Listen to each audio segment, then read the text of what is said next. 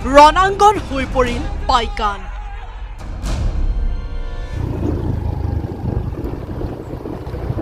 এটা সময়ত এইবিলাকত বহু মানুহ ঘৰ আছিলে আৰু এতিয়া কি হ'ল বনাঞ্চল ৰূপান্তৰিত হৈছে।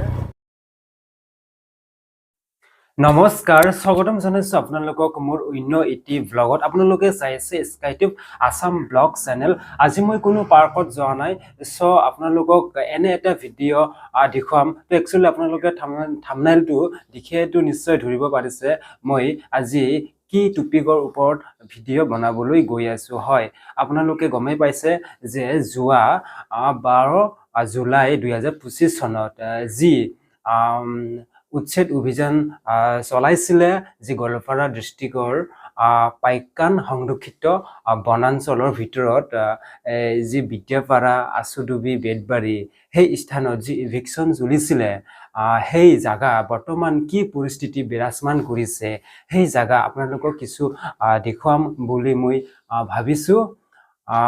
একচুৱেলি আমাৰ ঘৰ কৃষ্ণাইৰ পৰা সেই ৰাস্তা দি যাব লাগে, য'ত ইভিকশ্যন চলিছিলে সেই ৰাস্তা দি যাব লাগে। চ' কৃষ্ণাইৰ পৰা 12 কিলোমিটাৰ আমাৰ ঘৰ টু খাৰডাং হয়, আৰু সেই এৰিয়া সেই জাগা দি যাব লাগে। চ' সেয়েহে মই বৰ্তমান কি পৰিস্থিতি বিৰাজমান বা কেনেদৰে হৈ আছে সেই জাগাডোখৰ, সেই জাগা আপোনালোকক অলপ কিছু দেখুৱাম মই। আপোনালোকে ব্লগটো চাই থাকিব। তো গাইজ, মই খাৰডাঙৰ পৰা কৃষ্ণাই অভিমুখে গৈ আছোঁ, আৰু এয়া আপোনালোকে দেখিবলৈ পাই আছে ৰাস্তাৰ সবিশেষখিনি। এয়া চাওক, খালনি বাগান এইবিলাক গোটেই ফৰেষ্ট এৰিয়াত পৰে। আৰু এয়া আগত আপোনালোকে দেখিবলৈ পাই আছে যি উচ্ছেদ অভিযান চলাইছিলে, বৰ্তমান এনেকুৱা পৰিস্থিতি হৈছে। চাওক, ঘৰ বাৰী নাইকিয়া। এটা সময়ত এইবিলাকত ৰাস্তাৰ দুয়োকাষে সেই মানুহৰ ঘৰ প্লাছ ৰাস্তা এইবিলাক বহুত মানুহ, দোকান পোহৰ, সেই আৰু যেতিয়া ঘৰলৈ যোৱা সময়ত আমি তেতিয়া অলপ কিছু ভালো লাগিছিলে। এতিয়া যি কি নহওক, এতিয়া হ'ল চৰকাৰ, এতিয়া যি কৰিব বিচাৰে চব কৰিব পাৰে। এইবিলাক চৰকাৰৰ দৃষ্টিত এইবিলাক যি চৰকাৰৰ মাটিত বহি আছিলে বছৰ বছৰ ধৰি, চ' এতিয়া চৰকাৰে সেইবিলাক উদ্ধাৰ কৰিলে বাৰু। তো গাইজ, মই একচুৱেলি গুৱাহাটী থাকোঁ বাৰু। চ' বহুতে কয় যে সেই ৰাস্তাইদি একচুৱেলি ৰাতি সন্ধিয়া হ'লে ভাল নালাগে বা অলপ ভয় লাগে। তো ভয় লগাটো স্বাভাৱিক কথা, কাৰণ সেইডোখৰ এতিয়া আপোনালোকে দেখিয়ে গম পাই আছে, এতিয়া সেইবিলাক জনাঞ্চল মানে একদম বনাঞ্চল ৰূপান্তৰিত হৈছে। আৰু সন্ধিয়া হ'লে সেইবিলাকত অলপ কিবা নিজম পৰিস্থিতি বিৰাজ কৰে। চ' মই আপোনালোকক সেয়ে ক'ব বিচাৰোঁ যে একচুৱেলি দিনৰ ভাগতে আহিব দেই। মানে সন্ধিয়া হ'লে সেই অলপ কিছু ভয় লাগে বুলি চবেই কয়, আকৌ ভয় লগাটো সেই আৰু স্বাভাৱিক কথা। আৰু হয়তো আমাৰ সেইখিনি এৰিয়া মাজে সময়ে এই হাতী আহি থাকে তাৰমানে, আৰু সেইটো কাৰণে আৰু ভয় লগাটো স্বাভাৱিক কথা। আৰু ইয়া আপোনালোকে দেখিবলৈ পাইছে, এয়া চাওক ৰাস্তাৰ কণ্ডিশ্যনখিনি।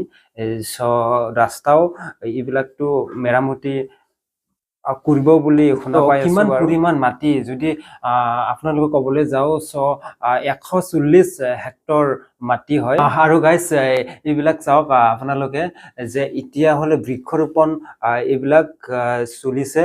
এয়া চাওক আপোনালোকে, তো গছ ৰুইছে। আৰু আগত সেই যি স্কুল আছিলে এটা সময়ত আচুডুবি, সেই আচুডুবি স্কুলখন এতিয়া যি ফৰেষ্ট কেম্প বনোৱা হৈছে, আপোনালোকে অলপ পাছত দেখিবলৈ পাব সেই জাগাডোখৰ।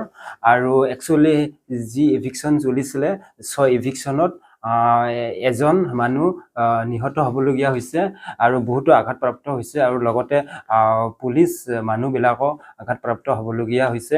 চ' বহুত এটি ডাঙৰ সেই কিবা আৰু ঘটনা। এতিয়া যি কি নহওক, এতিয়া হ'ল যি আইনৰ প্ৰক্ৰিয়া মাজেৰে সেইবিলাক উদ্ধাৰ কৰিলে বা কিবা কৰিলে, উচ্ছেদ অভিযান চলিলে। মই এইবিলাক একো ক'বলৈ নাযাওঁ, যে মানে আপোনালোকক অলপ কিছু দেখুৱাম বুলিহে, যে বৰ্তমান পৰিস্থিতি কেনেদৰে হৈ আছে সেই জাগাডোখৰ। মোৰ যিটো উদ্দেশ্য, মেইন উদ্দেশ্য সেইটোৱেই। আৰু এয়া আপোনালোকে চাওক কেনেদৰে পৰিস্থিতি হৈ আছে।